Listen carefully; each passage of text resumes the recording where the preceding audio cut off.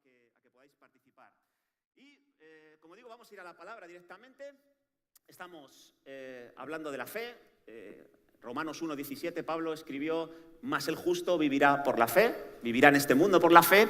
Y hace 500 años hubo un hombre llamado Martín Lutero que, estudiando la Biblia, llegó a este versículo y fue un impacto para él. Esta frase tan sencilla: «Mas el justo por la fe vivirá». Es interesante la historia de este hombre porque él vivía una fe, pero una fe en la que todavía no había logrado obtener paz para su alma, una fe que le atormentaba, que le culpaba, y sin embargo cuando llegó a este versículo su vida fue transformada, se encontró de una manera nueva con Jesucristo, y esa transformación que se produjo en su interior la llevó hacia afuera, hacia su sociedad, y provocó una gran reforma a todos los niveles. Y es lo que estamos celebrando en este año del 500 aniversario. Y este mismo reto, el de vivir por fe, ese reto que asumió Lutero y que logró él y muchos otros hacer una diferencia en su entorno, es el mismo reto que hemos recibido nosotros en este año, vivir por fe. Pero hemos estado diciendo ya en varias ocasiones que vivir por fe no es fácil, que los que quieran vivir por fe van a enfrentar muchos desafíos para poder lograr este objetivo. Y hemos hablado hace 2 semanas de que uno de los desafíos más importantes que deberemos afrontar es el desafío de la muerte, el desafío de las pérdidas. La muerte nos va a poner en una situación de incomprensión muchas veces, de desánimo. La muerte propia, el pensar en que nosotros vamos a dejar un día este lugar, pues a veces a personas le causa mucho impacto, mucho shock personal. Pero también el hecho de pensar de que va a haber seres queridos de los que se va a tener que despedir. La muerte propia ocasiona mucho impacto y también la muerte de nuestros seres queridos, y necesitamos saber trabajar o tratar con este tipo de experiencia que es la muerte. La muerte es inevitable, dijimos. La muerte a veces es imprevisible, viene cuando no hay lógica, y sin ir más lejos, fijaros la cantidad de personas que han muerto por una catástrofe natural, cuando nadie esperaba que fuera así. ¿Cuántos padres han perdido a sus hijos por ser arrastrados por un huracán? Y eso es algo que causa mucho dolor. Y ante esas pérdidas, pues es inevitable que la persona que las experimenta pues tenga que transitar el oscuro valle del duelo, ¿vale? El duelo, que es ese proceso de adaptación emocional ante las pérdidas, es ese tiempo que se necesita después de una pérdida por un ser querido para asumir que ya no vas a volver a esa persona que has perdido. Entonces, ese es un proceso, una transición que es necesaria para todos aquellos que han experimentado esas pérdidas. Y la pregunta que yo quiero responder en esta tarde: ¿cómo podemos superar ese dolor que provocan las pérdidas en nuestra vida? ¿Cómo podemos superar ese dolor que generan en nosotros las pérdidas de seres queridos? Ya sea de forma inevitable o de forma imprevisible, pero ¿cómo podemos superar ese dolor? Y Pablo, en 1 de Tesalonicenses capítulo 4, y os animo a que podáis acompañarme, por favor, 1 de Tesalonicenses capítulo 4, versículos del 13 al 18, nos va a dar 2 claves, 2 factores decisivos que pueden ayudarnos a superar esa fase de dolor agudo que provocan en nosotros las pérdidas de seres queridos. Así que vamos a leer allí estos versículos, 1 de Tesalonicenses, capítulo 4, y vamos a ver lo que Pablo nos puede decir para tener esa esperanza en medio del duelo. Dice así: «Tampoco queremos, hermanos, que ignoréis acerca de los que duermen, para que no os entristezcáis como los otros que no tienen esperanza. Porque si creemos que Jesús murió y resucitó, así también traerá Dios con Jesús a los que durmieron en él. Por lo cual os decimos esto en palabra del Señor, que nosotros que vivimos, que habremos quedado hasta la venida del Señor, no precederemos a los que durmieron.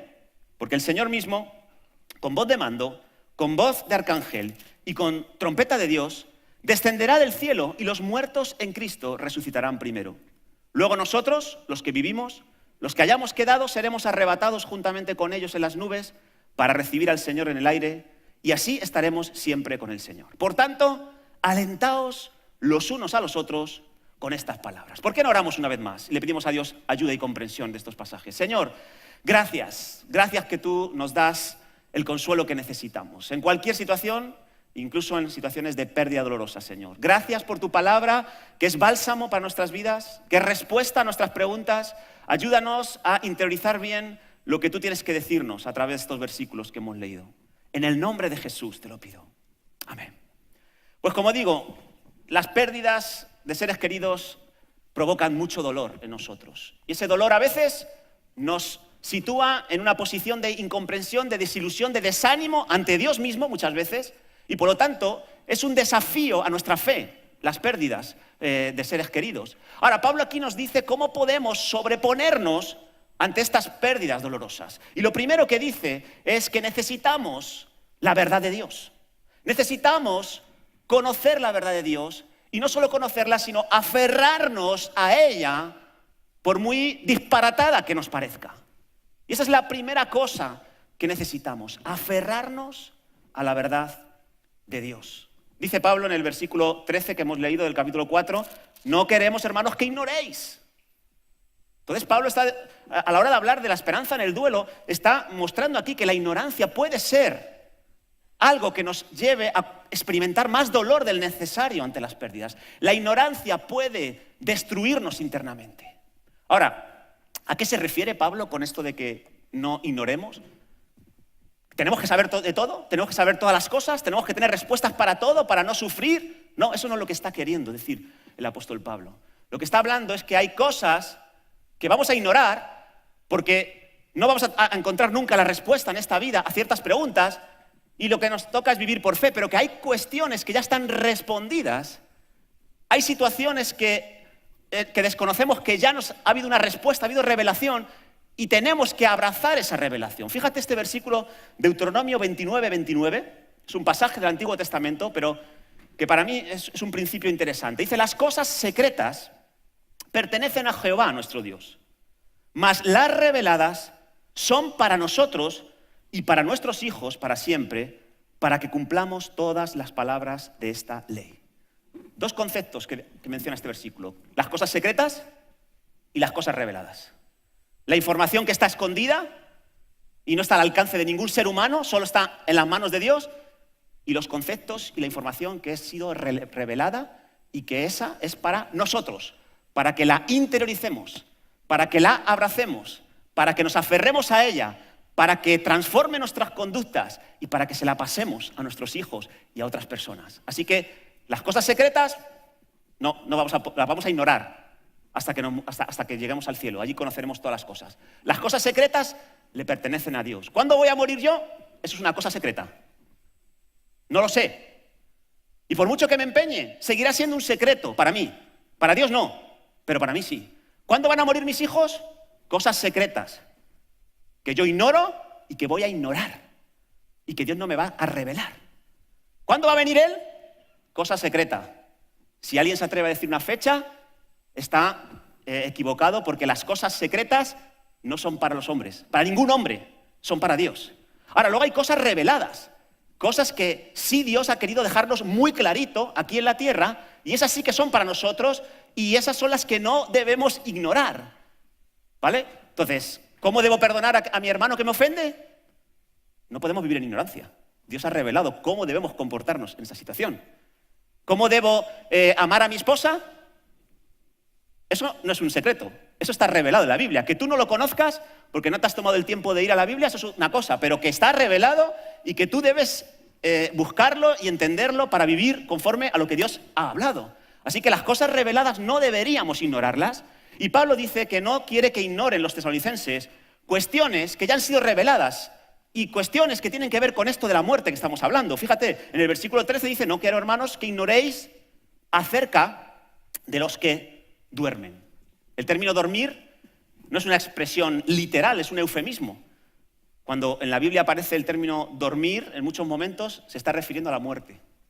Entonces Pablo dice, no quiero que ignoréis acerca de los que duermen, no quiero que ignoréis acerca de la muerte. ¿Por qué no quiere que ignoren? Porque ha sido ya revelado lo que va a suceder con aquellos que mueren, y esa revelación te puede ayudar a ti a superar ese trance de duelo, ese trance de dolor personal. Así que por eso Pablo dice, no quiero que ignores la verdad de Dios sobre lo que va a suceder con aquellos que mueren. Los tesalonicenses estaban ignorando. este hecho. Ellos habían escuchado que Jesús iba a venir, que iba a venir pronto, y ellos creían que iba a ser inmediatamente, y estaban esperando absolutamente. Algunos incluso habían dejado de trabajar. Dice, ¿para qué vamos a trabajar? Si ya viene el Señor, pues nosotros nos vamos a enfocar simplemente en servirle y en esperarle. Pero el tiempo pasaba, el Señor no venía, algunos de los creyentes de Tesalónica morían, y esto causó un shock muy profundo en aquellos creyentes de Tesalónica, y empezaron a decir, pero no iba a venir el Señor, y encima mi hermano Juanito, mi hermana Pepita ha muerto. No van a estar vivos para el momento de la venida. ¿Qué va a ser de ellos? ¿Irán con Dios cuando venga? Y estaban confusos, y porque era una información que ya se les había hablado, pero muy deprisa, porque Pablo había estado solo 3 semanas en Tesalónica, y no la habían interiorizado bien, no se habían aferrado a esa verdad de Dios. Y Pablo les recuerda la verdad de Dios a la que deben aferrarse para tener esperanza en medio del duelo, para poder superar adecuadamente esa etapa de duelo cuando experimentamos unas pérdidas. Y dice Pablo en el versículo 15, por lo cual os decimos o os recordamos esta esperanza que tenemos, que son palabras, dice, del Señor. Palabras del Señor Jesucristo. Así que Pablo lo que nos va a venir a decir ahora, que es lo que nosotros nos tenemos que aferrar para superar el duelo, son palabras no de un hombre, son palabras no del apóstol Pablo, son palabras del Señor. Son palabras reveladas de Jesús a Pablo. Así que Pablo simplemente va a transcribir lo que ha recibido. Va a expresar aquello que viene del cielo mismo. ¿Qué es aquello que debemos creer? ¿Qué es aquello que no debemos ignorar para enfrentar la muerte de nuestros seres queridos? En primer lugar, dice Pablo, no debemos ignorar que Jesús murió y resucitó. La primera verdad de Dios que necesitamos interiorizar. Jesús es evidente que vino a la tierra como hombre, era Dios, pero vino como hombre, de eso no hay duda, cualquier historiador serio pues corrobora esta realidad. Pero lo que muchos no creen es que murió y resucitó. Que murió también lo creen muchos, pero que resucitó. Sin embargo, fíjate, Jesús antes de morir anunció en varias ocasiones en público que él iba a morir. Que iba a morir a manos de los líderes religiosos de su época.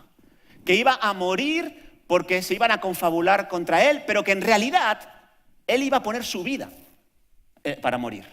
Que nadie se la quitaba. Que él había tomado la decisión de morir porque era necesario que él muriera para salvar al mundo de los pecados. Pero no se quedó ahí, porque claro, anunciar tu muerte, ya hemos dicho que la muerte es inevitable para los seres humanos. Anunció también su resurrección. Dijo, sí, yo voy a poner mi vida por amor de muchos. Voy a morir porque quiero morir. Pero os digo una cosa, al tercer día voy a resucitar. Porque tengo poder para poner mi vida y tengo poder para volver a tomar mi vida. Algo impresionante. ¿Conoces a alguien así? ¿Que tenga el poder de morir y luego el poder de resucitarse a sí mismo? Pues yo conozco a uno. Se llama Jesucristo. Y tú dices, bueno, pero eso son palabras, cualquier loco puede decir muchas tonterías, ¿no?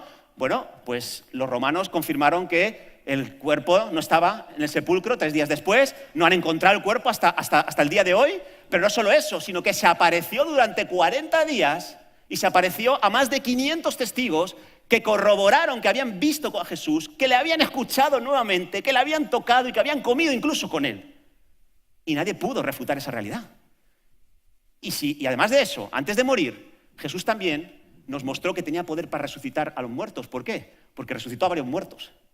A un hijo de una viuda en Naín, a su amigo Lázaro, que también murió, llevaba ya varios días en el sepulcro. Así que todo parece demostrar que Jesús no solo murió, sino que resucitó, porque nos demostró que tenía poder para ello, y nos demostró que resucitó porque hubo muchos testigos que le vieron cuando él resucitó. Pero no solo esa verdad que tenemos que atesorar, Jesús murió y Jesús resucitó, sino lo que hemos estado cantando hoy, que Jesús también va a venir de nuevo desde el cielo. Y eso es lo que dice el versículo 16, dice, porque el Señor mismo, con voz de mando, con voz de arcángel, con trompeta de Dios, descenderá del cielo. Cuando Jesús resucitó, y como he dicho antes, estuvo 40 días con sus discípulos y con muchos testigos, más de 500, después ascendió a los cielos. Y la gente se quedó embobada mirándole y diciendo, pero bueno, ¿qué haces? ¿Qué es por aquí, Jesús? Que lo que queremos es que nos salves de la tiranía de este mundo. Y Jesús se fue. Y hubo dos varones, dos ángeles, que dijeron a los discípulos que estaban allí, no os preocupéis, seguid haciendo la obra que tenéis que hacer aquí vosotros, vais a recibir poder para hacer lo que tenéis que hacer aquí, y en algún momento, Él, así como lo habéis visto ir, Él también va a descender del cielo y volverá a vosotros. Vivid con esta esperanza, vivid sabiendo que Él va a volver, y que va a volver ya no como un niño, como un bebé, frágil y vulnerable, va a venir con voz de mando, como alguien que viene con una autoridad superior a la de cualquiera. El término voz de mando en el griego tiene que ver con las órdenes que un militar de la más alta autoridad da a sus soldados. Así que Jesús va a venir con poder, va a venir para reinar, va a venir para entresacar lo vil de lo precioso, va a venir para poner cada cosa en su sitio. Si tú te preguntas, ¿dónde está la justicia? No te preocupes. Pronto se va a manifestar la justicia divina. Pronto cada cosa va a estar colocada en su lugar, en tu vida y en este mundo. ¿Lo creemos o no? Jesús va a volver y vendrá también con un número de ángeles. Dice que vendrá una voz de arcángel también. Parece ser que será un grito victorioso del dirigente de las huestes espirituales, la máxima autoridad de los ángeles. Y dice que va a venir con trompeta de Dios. La trompeta de Dios era un instrumento que se usaba en el Antiguo Testamento para convocar al pueblo a un encuentro con Dios, a un encuentro con la palabra de Dios. Así que cuando el Señor descienda, vendrá con ángeles y tocará trompeta. Esa trompeta va a ser una especie de convocatoria para lo que va a suceder a continuación. ¿Qué es lo que va a suceder? Y vamos con la tercera verdad que debemos aferrarnos, que los muertos en Cristo resucitarán. Así que en la segunda venida, cuando suene la trompeta de Dios, los muertos en Cristo, lo primero que va a suceder es que los muertos van a resucitar y se van a levantar. Tus familiares, tus seres queridos que murieron en el Señor, en el momento de la segunda venida van a ser los primeritos que se van a levantar para ir con Él a las nubes. ¿A dónde se van a ir tus seres queridos que han conocido al Señor? A las nubes, en la segunda venida. Sus cuerpos, es verdad que cuando uno muere, el cuerpo vuelve al polvo, el espíritu va a Dios, está consciente de la presencia de Dios, pero en su segunda venida obtenemos un cuerpo resucitado, un cuerpo glorificado en el que ya no habrá dolor, ya no habrá llanto, ya no habrá temor, ya no habrá nada de lo que experimentamos aquí, y ellos, los muertos en Cristo, serán los primeros que van a disfrutar de esa experiencia. Pero a continuación dice, en el versículo 17, que después de que los muertos resuciten, dice que después los que estén vivos en ese momento, en el momento de la segunda venida va a haber creyentes vivos, pues ellos van a ser arrebatados. No van a ser resucitados porque no han muerto aún, sino que van a ser llevados súbitamente, van a ser elevados súbitamente y irán después de los muertos en Cristo. Fíjate. Así que hay personas, dijimos hace 2 semanas que la muerte es inevitable, pero la Biblia nos dice, completando la revelación, de que hay personas que no van a morir. Hay personas a las que la muerte no les va a tocar, no van a experimentar la muerte. ¿Quiénes serán? Pues serán los que estén vivos en el momento de su segunda venida. Esto no es posible. Bueno, ya hay 2 casos que se dieron en el Antiguo Testamento. Hubo un tal Enoc que se aferró a Dios, a su palabra, y no vio la muerte. Fue arrebatado, fue llevado al cielo directamente. Y hubo otro hombre que también era un hombre aferrado a la verdad de Dios, Elías, que tampoco vio la muerte, sino que fue arrebatado y llevado súbitamente, en un abrir y cerrar de ojos, de la presencia de su siervo Eliseo. Así que esa es una esperanza increíble. Los que creemos en el Señor, si morimos, seremos los primeros en resucitar y estar con el Señor. Si estamos vivos, no veremos la muerte, seremos arrebatados y nos iremos con Él a continuación, después de nuestros seres queridos que murieron en el Señor. ¿Y qué pasará? Lo último que nos dice Pablo, como la verdad de Dios para nosotros, es que estaremos por siempre con Jesús. Y ahí sí, nunca más experimentaremos dolor, nunca más experimentaremos llanto, nunca más experimentaremos pérdidas, nunca más experimentaremos todo lo que se experimenta aquí. Y estaremos para siempre con Él. Nadie nos podrá arrebatar de su mano. Absolutamente nadie. Una vez que estemos con Él allí, no hay vuelta atrás. Estamos seguros eternamente. No sé, a mí esta esperanza me llena de ilusión. Y creo que muchas veces como cristianos nos hemos olvidado de estas verdades de Dios. Incluso creo que como cristianos muchas veces pensamos que esto es un cuento de hadas. Que es un cuento para asustar a los niños y que se duerman o que se coman la comida. Sin embargo, ¿sabes lo que dice Pablo? Estas son palabras del Señor. Esta es la verdad de Dios que te puede transformar, que te puede fortalecer en medio del duelo que estás experimentando por la pérdida de un ser querido. Y por eso dice Pablo, no debemos ignorar estas cosas que ya han sido reveladas. No debemos ignorarlas. Y nos da la razón. Fíjate en el versículo 13, la razón por la que no deberíamos ignorar todo esto. Dice, para que no os entristezcáis como los otros que no tienen esperanza. Para que no os entristezcáis como los otros, los que no tienen esperanza. Ahora, ¿qué está diciendo Pablo y qué no está diciendo? Déjame decirte algo porque a veces se confunde y este versículo se toma de una manera incorrecta. Lo primero que Pablo no está diciendo es que no debemos estar tristes los que creemos en Jesús. Pablo no está prohibiendo la tristeza de aquellos que experimentan una pérdida aquí en la tierra. Hay gente que dice que los cristianos no deben ponerse tristes cuando sufren la pérdida de un ser querido que murió en el Señor.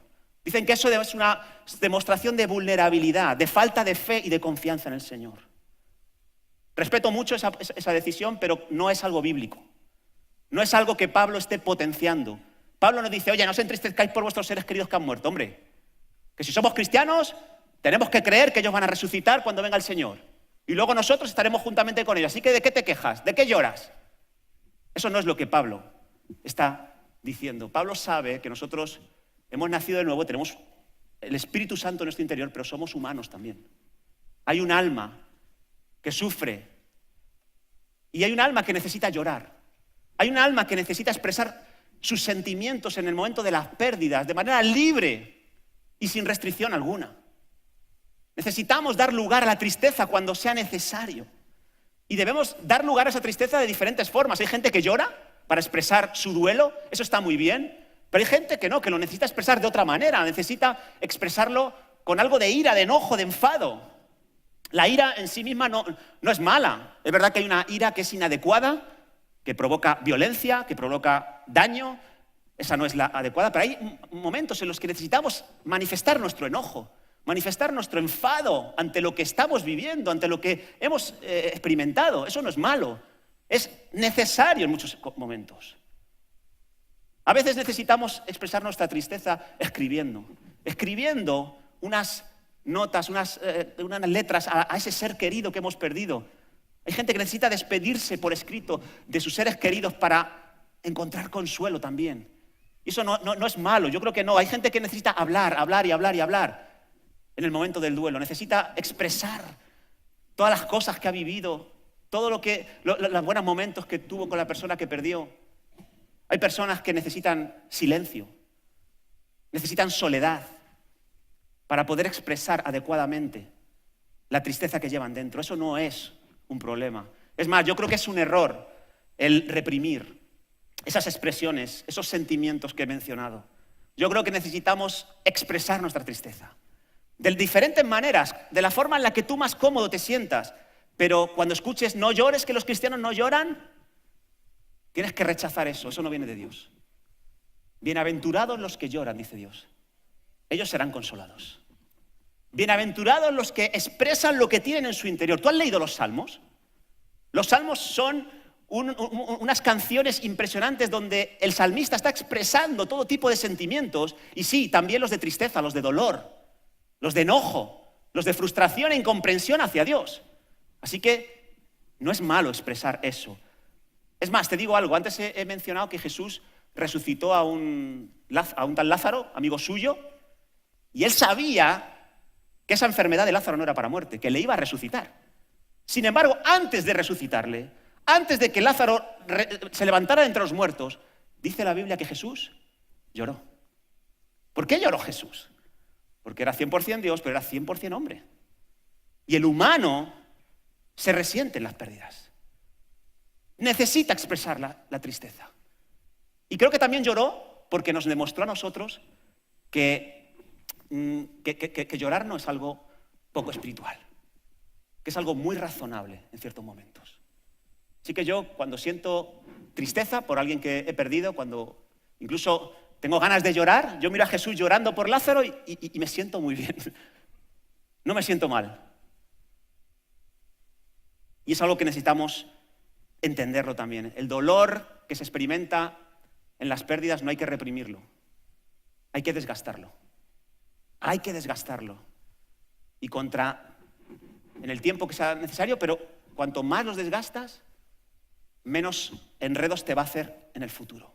Ahora, no debemos reprimir esos sentimientos, pero tampoco debemos presionar a la gente para que tenga estos sentimientos. Hay gente que no llora ante las pérdidas, está triste, pero no llora. No, llora. Venga, tienes que llorar.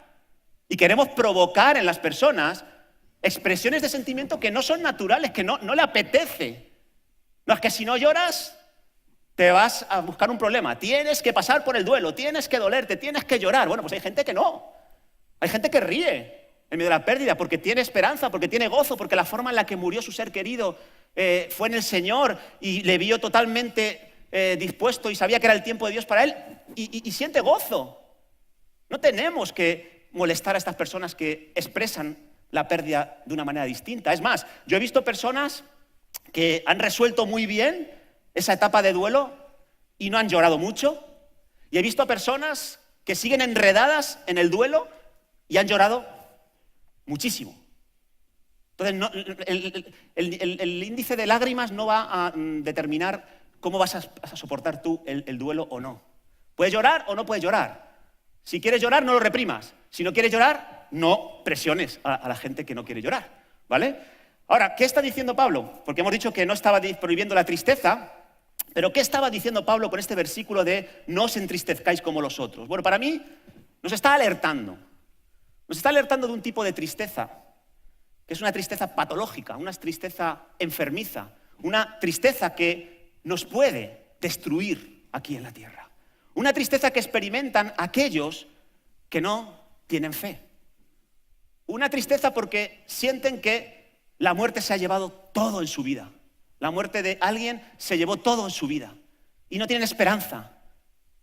Y es ese tipo de tristeza la que Pablo dice que tenemos que tener cuidado. No, los cristianos se entristecen, pero no deben de tener una tristeza igual de desesperada que aquellos que no conocen al Señor. Y es que el duelo, como he dicho al principio, es algo normal, es algo por lo que tenemos que pasar, pero también el duelo se puede convertir en algo patológico, en algo enfermizo, en algo destructivo. Hay personas que después de mucho tiempo todavía no han podido cortar el vínculo con aquel ser querido que perdieron. Y siguen años tras años diciendo, no puedo vivir sin él, no puedo vivir sin ella. Hay personas que pasa el tiempo, mucho tiempo, y no son capaces de abordar adecuadamente ni su presente ni su futuro.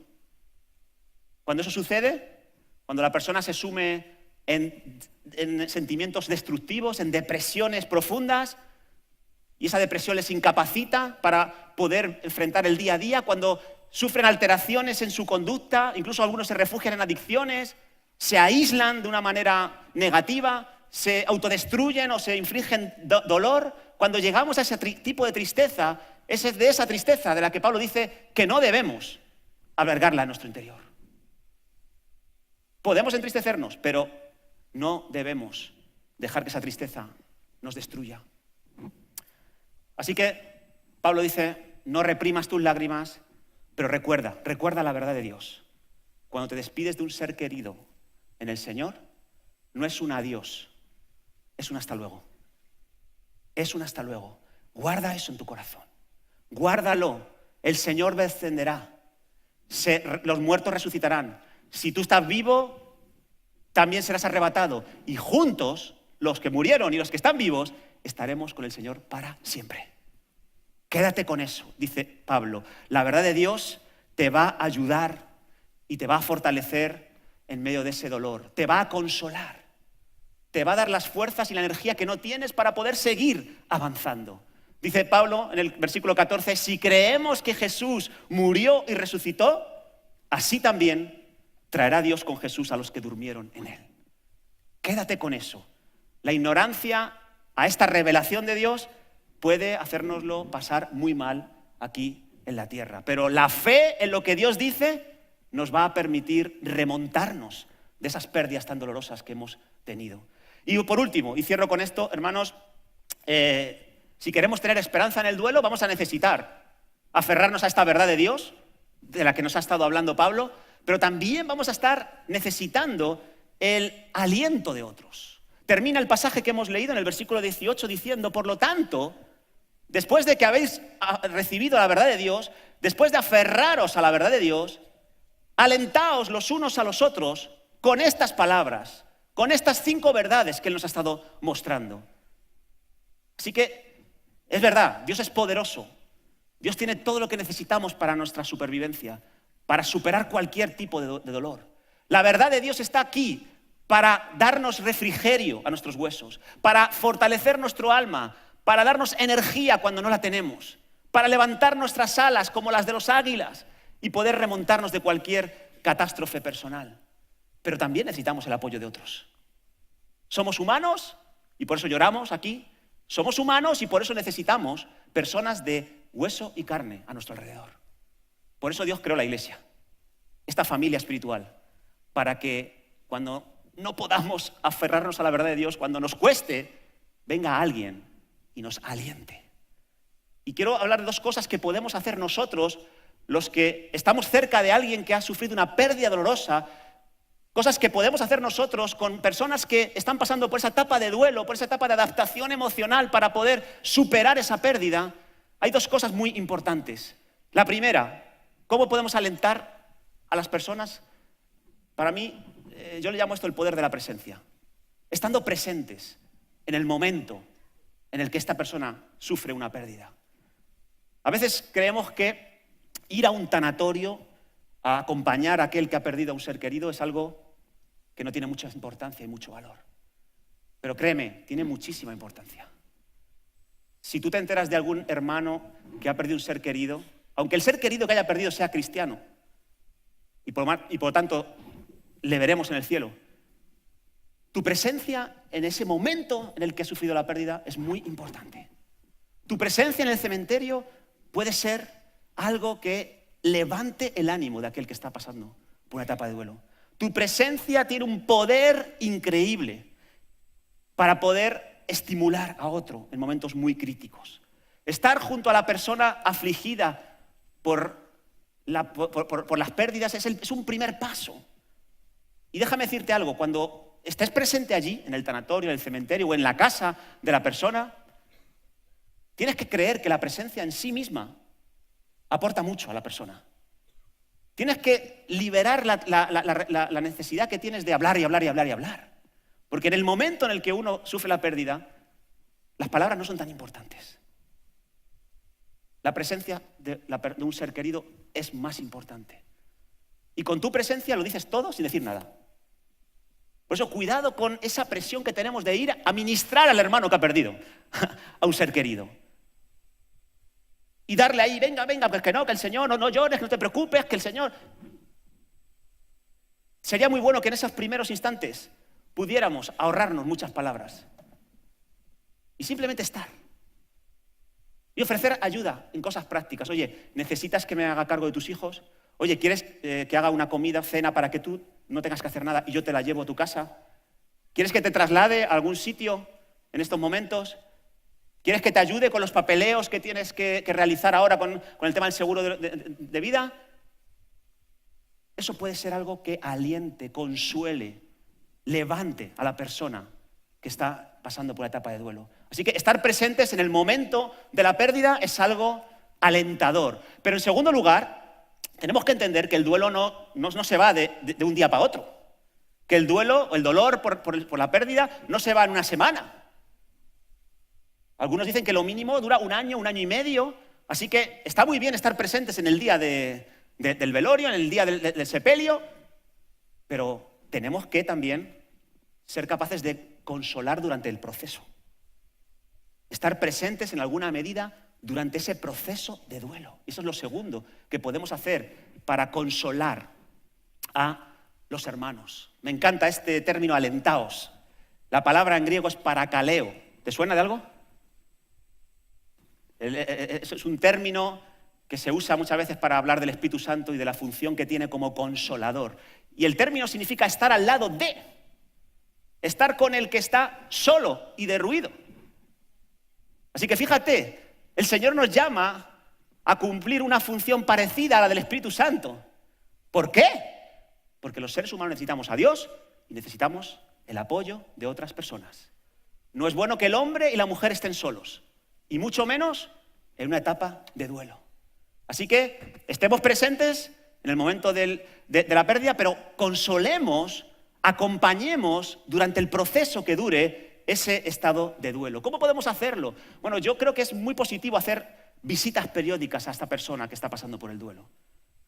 Por supuesto, llamadas, mensajes, WhatsApps, pero alguna visita al hogar para poder conversar, para poder dejar que la persona siga manifestando su tristeza, siga desgastando el dolor.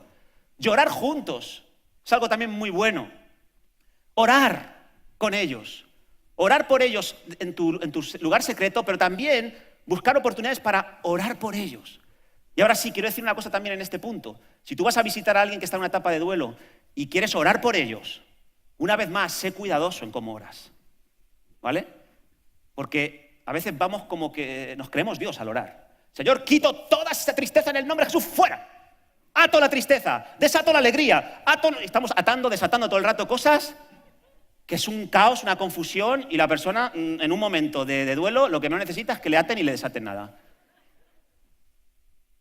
Si puedes hacer una oración de confianza en Dios, de fortaleza en Él, y si puede ser corta, por favor, también te lo agradecería yo, cuando necesite el consuelo de otros, porque hay gente que se pone a interceder allí, se tira 2 horas y terminamos intercediendo por la paz en Jerusalén.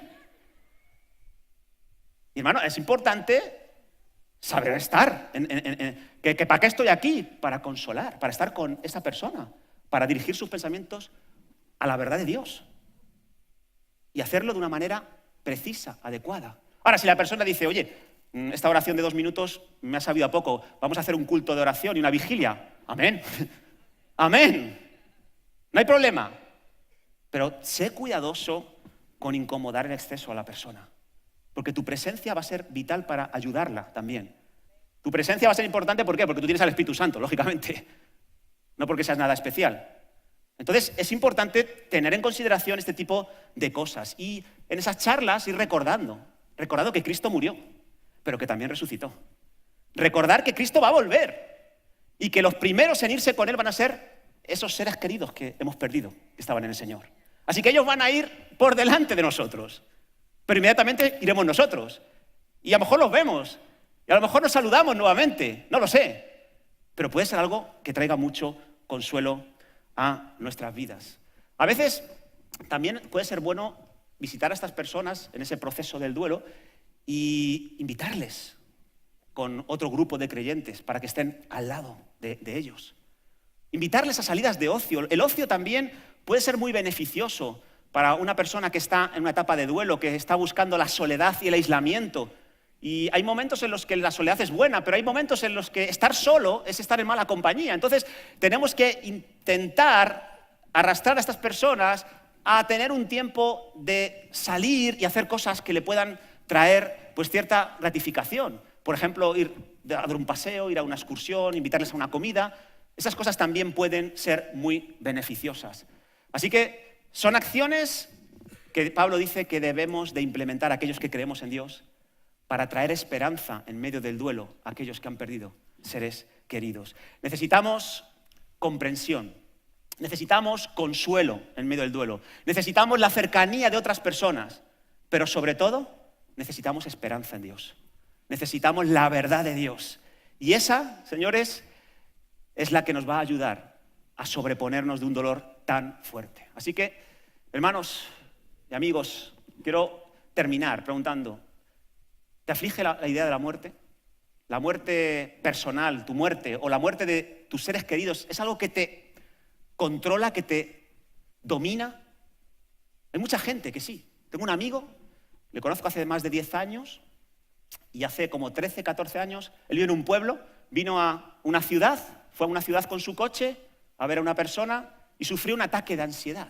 El corazón se le puso a 1000 revoluciones y Perdió el control de sus extremidades. Pensaba que iba a morir. Vio la muerte muy cerca, se asustó muchísimo. Y cuando se recuperó en el hospital y regresó a su pueblo, estuvo 10 años y pico sin salir del pueblo, sin coger un coche. Y yo hablaba con él año tras año, todos los años le veo. ¿Qué te pasa? ¿Por qué no rehaces tu vida? No puede ni trabajar porque el hecho de salir de su barrio le provoca ansiedad. Y digo, ¿qué te pasa? ¿Por qué estás así? Tengo miedo a morir. Tengo miedo. Solo pensar que casi muero. Tiene 3 años más que yo, él. Tiene pánico a morir. Y se ha dejado dominar por la desesperanza. Tiene una tristeza desesperada por pensar en su propia muerte. Pero el año pasado, cuando le vi, otra vez estaba afligido, seguía en el mismo punto.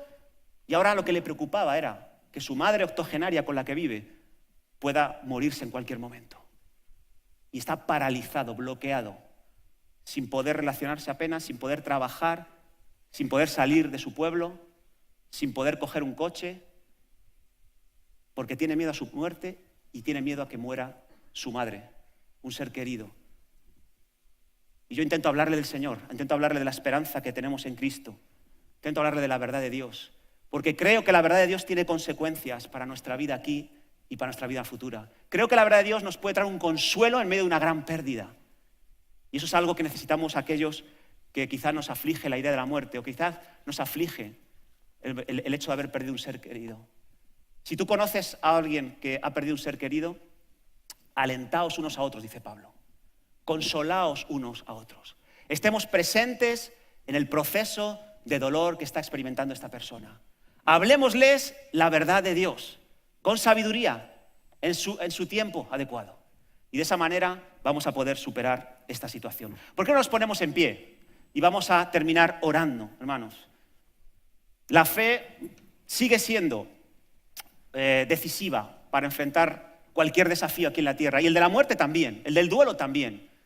Jesús puede cambiar el desespero en esperanza, el llanto amargo en tristeza serena, el dolor en confianza. Esa es nuestra esperanza gloriosa. Vamos a entonar una canción y quiero que cantemos esta de No hay otro nombre, Jesús. Jesús. Y me gustaría que aquellos que están en esa etapa de duelo, están experimentando desánimo, incomprensión por esas pérdidas dolorosas, que pudieran hacer suya esta canción, que pudieran aferrarse a las verdades que transmite esta canción, porque son verdades de Dios, y las verdades de Dios nos fortalecen, nos consuelan, nos dan la energía que necesitamos para avanzar. Vamos a cerrar nuestros ojos, hermanos, y vamos a hacer nuestra esta canción. Gracias, Jesús.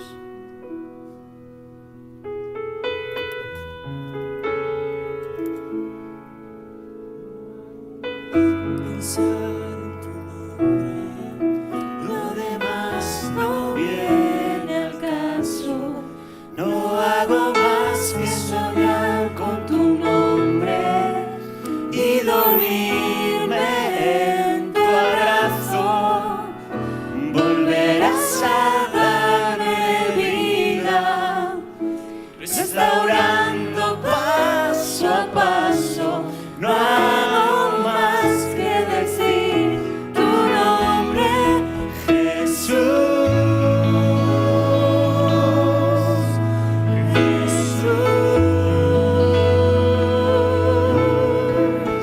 Y descanso. Qué gloriosa verdad, hermanos. Solo pronunciando su nombre podemos experimentar serenidad incomprensible. Aleluya, vamos a seguir declarándolo. Gracias, Señor. Gracias.